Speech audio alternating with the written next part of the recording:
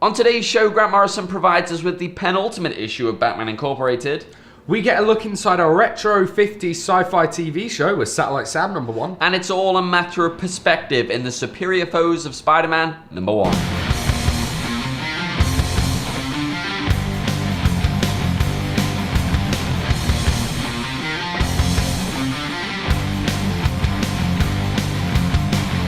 Okay, I remember. Don't worry. When we talked about, when we did our Comic-Con issue, I think that was the first time we talked about Batman Incorporated. Oh, how could I ever forget? And It was the first time. Yep. I'm going to stop But this it wasn't now. the first issue. It was Batman Incorporated #5. Yeah. And now we're on #12. It's crazy how time works like that, isn't it? Yeah. So we get the kind of, we had a little weird Japanese thing in between number 10 and 12. With any great thing in life, there's always got to be a weird Japanese thing going on in the middle. Yes, and that happened. I don't have Japanese viewers. And it's now fine. we have number 12, where it's finally Batman is going at it. He wants revenge for his son. Yep. How did you feel about this issue? And what do you feel about where the series has been and gone? And Okay, so first of all, what I want to say yeah, is to anyone watching, it's about 30 degrees right now. It's hot as balls, so apologies for all this. It's not a good look. But on to Batman Incorporated. I thought I'd address it. self-consciousness. Very. But moving on to Batman Incorporated, this issue was fantastic. It's everything I expected from this issue. It's the way in which it started. I was kind of like, okay, this is what we're getting. Another. I think the big problem was the Japan issue left a real sour taste in my mouth, and that's not because it was bad. In fact, It's just unnecessary. it was a really good issue, but you were just going so strong, and then you lost all your momentum. Yeah. I mean, it was like a 2-month break between the books. Yeah. So I just So yeah, for the majority of the book, I kind of had that bad taste lingering in my mouth still. I wasn't feeling it.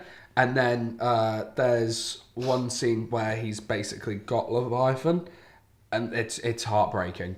Like, it's Grant Morrison's really good at tugging at the heartstrings with his comic books. And terrifying. Yeah. Oh, It looks. Yeah, it's a really terrifying image that. Because you can just imagine what psychologically is going on in Bruce Wayne's head and the knowledge that he has to just deal with that. I mean, you see Nightwing just go ballistic. He's like, I'll just kill him now. And obviously that's strong for Nightwing. That's not their way. That's never been their way. But yeah, this is this whole thing's been taken one step too far by Leviathan. And I think we really got that. And I'm really excited for the next issue now to find out how it's all gonna play out. Yeah, I mean, this series has been great. It's had some terrific highs, but it just feels like it's gone on too long. I don't know what it is. There's something about it. That Japan issue didn't help, and it sort There was the Japan issue. There was another one before that, wasn't there?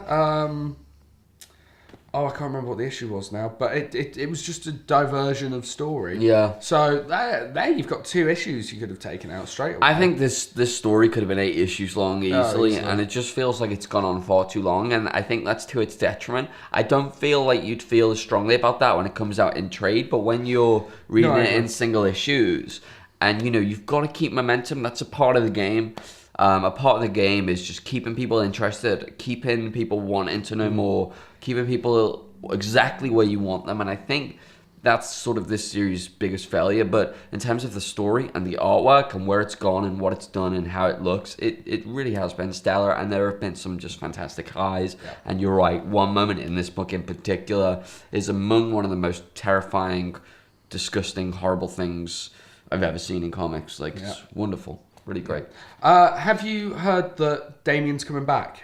No. In October? No. Adam Kubrick is doing a 4-issue What If story. Oh, Damien fuck you with your what if. Looks good.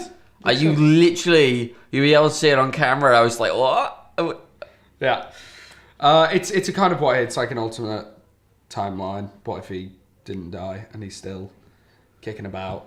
It does look good. That comes out in October, and it's a 4-issue series. Which no matter what face he pulls, he's buying it. I'm definitely buying it, It's but got I'm Damien just in you got me really excited then for. Oh, I'm sorry. A what Did you think he was story. back? I was like, what? Why haven't I heard?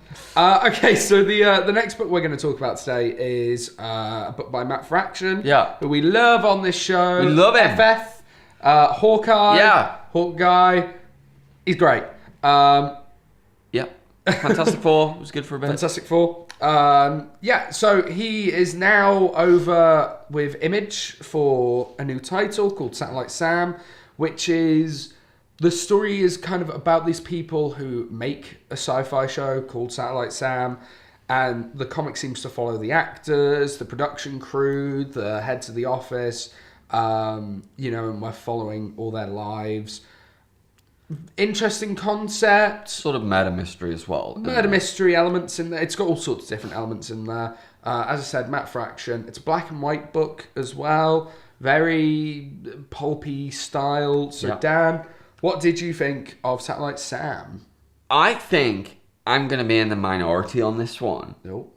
But I did not enjoy this book. No? I could tell that it was a good comic. There were things going on with the panel layouts and what he was doing that I was like, that's really cool. It's a good use of the medium. Yeah. The layout specifically really did a good job of setting the tone, using the TV screens as panels and different things like that. Yep. They were all different things at play that I could appreciate from a technical perspective. But I really didn't care about the story. Okay. And it was so text heavy. And I was just like, it was a bit of a slog to get through, to be honest. And it's weird because I've been reading online all week, people raving about it, saying, oh, it's brilliant, it's wonderful, oh, everyone should read this book, it shows what comics could do. And I was a bit sad that I just couldn't join in with that because I just didn't care about the story. The art was great. I enjoyed the art a lot. It was really fit the style. It fit the style, and everything about the art really helped the story along, I could tell. But I didn't care about the characters. There's too many characters. I felt like they all looked the same. Like I couldn't really work out. Black and white doesn't help with that. It doesn't help, and I sort of couldn't work out who was who, and it was sort of hard work, and it jumped between different things, and I couldn't tell who was supposed to be the actor, or if it was the character, or if and it was quite confusing to me. And I know there are going to be people watching and say, oh, complain when you've got to try and do a bit of hard work, and maybe that's the case, but for whatever reason... You've been saying that to me for ages about Grant Morrison. Yeah. I don't know, for whatever reason, I just didn't take to it. I didn't really enjoy the characters, and I don't think it's something I'm going to be picking up. Your mindset reminds me a lot of Manhattan Project, for me. Like, I read the first 4 issues of Manhattan Project, and I was just like, yeah, I don't get it. I don't get why everyone says this is incredible. Like, I can see it's a good book. I understand everything about it is good, but it just... Everything about my appreciation of it comes from sort of a third-person technical level, as opposed to kind of a guttural, instinctive level. I mean, would you put people off getting this book? Or would you just say to them, well, it's not my cup of tea, but I can see it being yours? I don't know. I'd say just read the first issue, download it online, see if you like it. Yeah, so you wouldn't put people off from purchasing it? No, because, I mean, also I love Matt Fraction, and I've seen people that really love it. So I guess one of those, what we always say, like, if you think it's going to be your kind of thing from the previews and things, it probably will be. Wasn't my kind of thing. Yeah, it was my kind of thing. Yeah. Looking at the previews and stuff, it was... I do agree with you on some points. Like, it is very text heavy, although I didn't mind that because you got a guy like Fraction writing it, so it's all good. I do agree with you about the artwork. Like, as beautiful as it is, I got very confused with who's who. And there is a lot going on, which is, it's a bit too much. And then you got the whole murder mystery stuff in there, which obviously they have to put in there to kind of, have the hook in. But I don't know how much I enjoyed that. But overall, I did really enjoy the book as a collective. I will be reading it again. I think it's another great one from Image, who have we talked about recently on the show? I feel as though it's been a few weeks that we haven't talked about them. Possibly. But yeah, it's another great number one. They've got a whole load coming up. They just had ImageCon where they announced loads of old creators like Fraction and Ed Brubaker and others who are all going to be coming over. which is exciting times for Image. I'm excited to get reading them, and I'm excited to see what they put out. So you definitely enjoyed it? I dug it, yeah. Really enjoyed it. Cool. So the next book... the next book we want to talk about is The Superior Foes of Spider-Man #1, which is the Sinister Six as introduced by Dan Slott's first issue of Superior Spider-Man and the sort of new Sinister Six. We have a book from their perspective. Most of all from the perspective of Boomerang. Captain Boomerang's perspective and his team and how he puts it together. Captain. Oh, Captain's the Flash villain. Yeah, just Boomerang. Imagine that. Yeah. 2 Boomerang themed characters. Very few kangaroo themed characters. Yeah.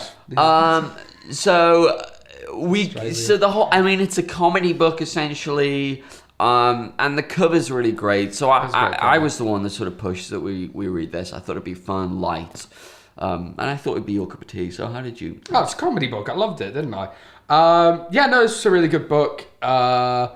The style is beautiful and really in keeping with the kind of Superior Spider-Man look, which I really like it when they do that. Colouring really stood out to me in this book. For me personally, childhood favourite shows up in this book. I'm always happy whenever I get to see the Shocker.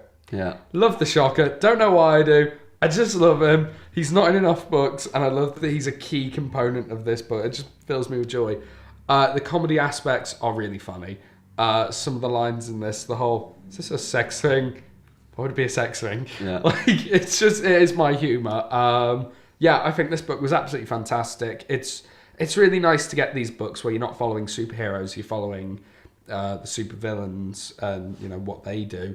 It's an interesting, way to look at things. Yeah. Gives you... It's refreshing to look at the bad guys sometimes, especially in a light-hearted manner.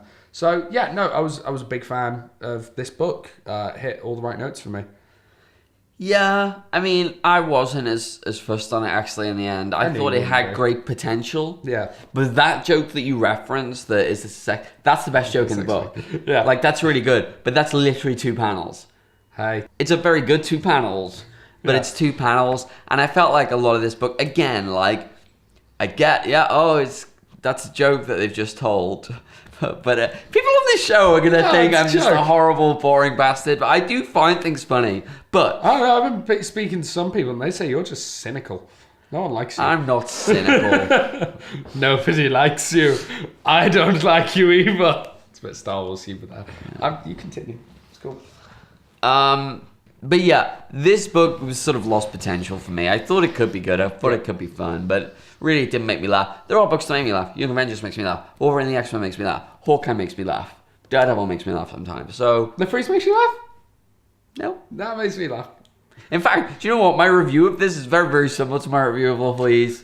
I get it. I get that it could be funny. So I get where the humor comes from, but it didn't make me laugh at all. Apart from the sex thing, that did make me laugh. That's what she said. Anyway. Okay, so that does us for this week. Hey, guys, listen. Next Friday, we want to do a little Q&A. Or Wednesday. Or Wednesday. No, Friday. Is Friday? Yeah, we'll say why in a second. So next Friday, we'd like to do a little Q&A with you guys. So if you have any questions for us regarding anything, questions at all, nothing is off limits here, ladies. What? that was one of pictures for Stephen's laugh. You can ask us whatever you want, and we're going to answer it in that episode. Yeah. You can ask us in the comments, or you can ask us over on Twitter at Comic Book Show 1. Yep. You can indeed. Don't forget to join us on Wednesday when we will be talking about some Wolverine books. We'll be talking about some Wolverine books because the Wolverine film is coming out soon. Yep. And you liked what we did with Man of Steel, with the reading list. We've got another reading list for you. Wolverine. Yep. And on Friday, we're going to be playing a new game. Yeah, we are. So, smooth. Look forward. This is the best outro we have ever done. Ever. I stand by that. I agree. We will see you on Wednesday for Wolverine and Friday for the game thing that we're doing, maybe. Bye. Bye. Wow. Shocking.